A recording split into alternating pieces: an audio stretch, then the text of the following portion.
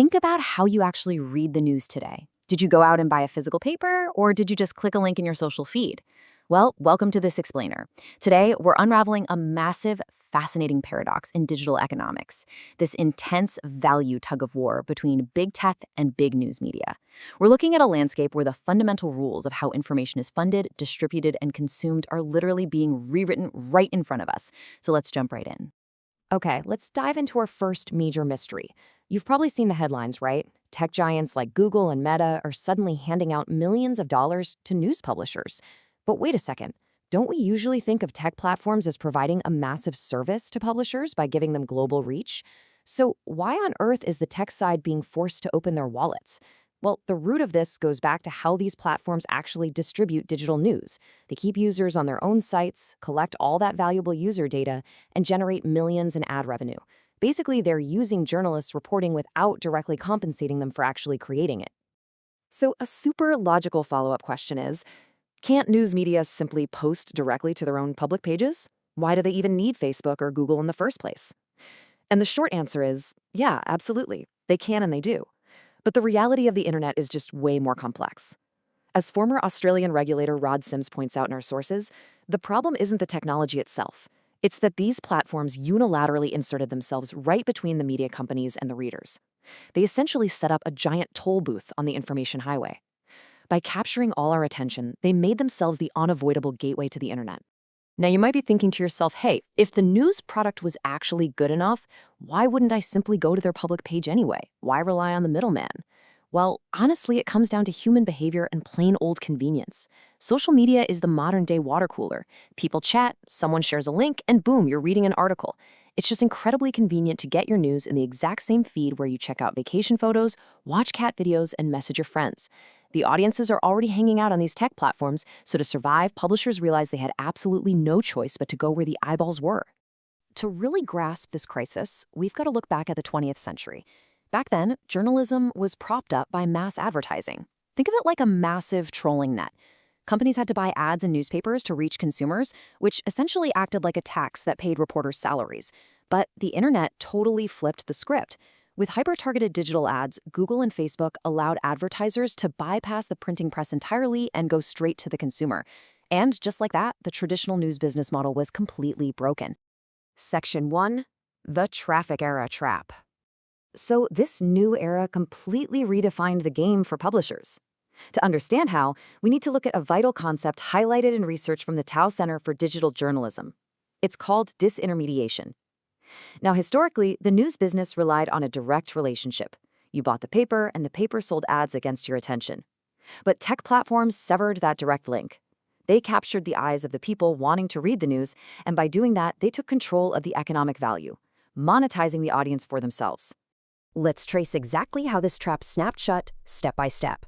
First off, sites like Craigslist completely wiped out local classified ads, which used to be massive cash cows for newspapers. So in panic mode, publishers desperately chased viral web traffic on social platforms just to get digital ad clicks. But here's the kicker. The tech platforms retained all the valuable user data and the lion's share of that targeted ad revenue.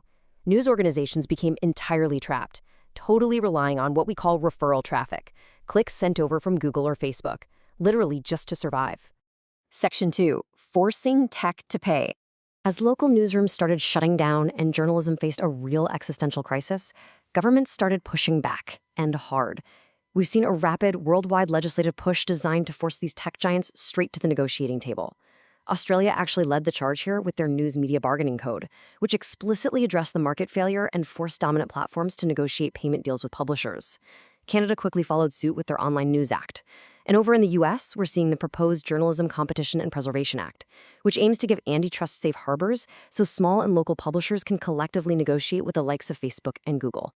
To put this into perspective, just look at the sheer scale of the money involved. In Australia alone, that bargaining code resulted in an estimated $250 million a year flowing from platforms back into media companies. I mean, that is not pocket change. These mandates represent a massive redistribution of digital wealth, specifically designed to rebalance the scales between the folks creating the news and the folks distributing it. But it's really important to look at the other side, because our sources present a very strong, impartial counterargument. As highlighted by the Fagstein Media blog, critics argue that legacy media is basically just asking for a government bailout. Their argument is that tech platforms actually provide a massive benefit by sending totally free referral traffic to news websites. Think about it. If you search for a story and click a link, Google is handing a customer right to that newspaper. As the blog brilliantly notes, you don't have a legally enforceable right to your business model.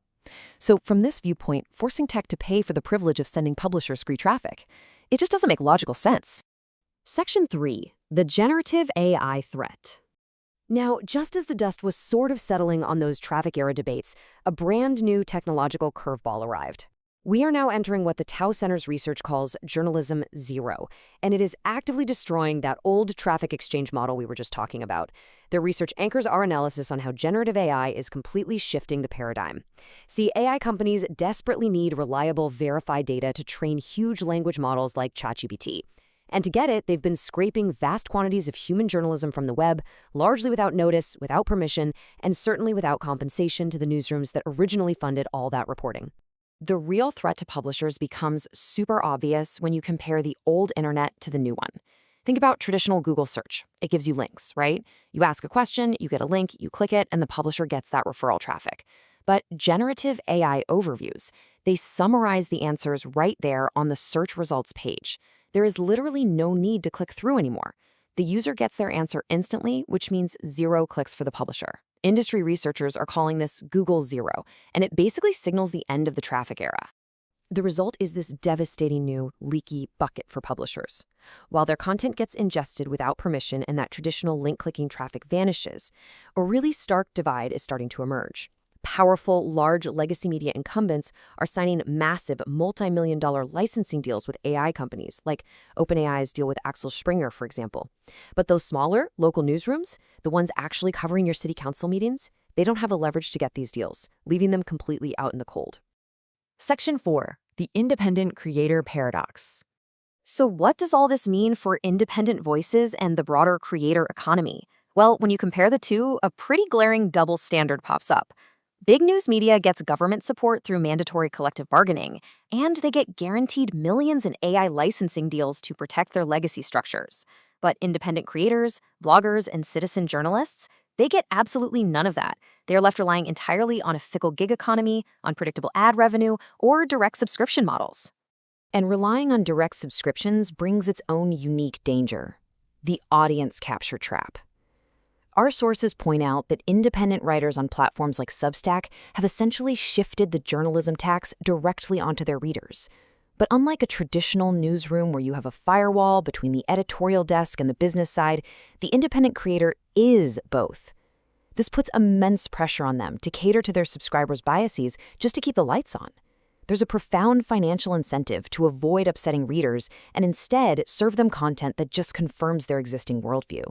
Honestly, if you've ever noticed your favorite independent writer getting a little more extreme in their views over time, this financial pressure is exactly why. Which brings us to a final, really provocative thought to wrap up our explainer today. If governments and AI companies are establishing this precedent that platforms absolutely must pay big media millions for the value they bring to the internet, why shouldn't independent journalists, vloggers, and anyone posting wholesome, valuable content receive an actual salary model? Why are they stuck scraping by on gig revenue or paid commissions while legacy institutions get protected, government-backed payouts? It fundamentally asks us to step back and consider who truly deserves special treatment and stable pay on today's internet. Thanks so much for joining us, and we will definitely see you next time as this tug of war continues to unfold.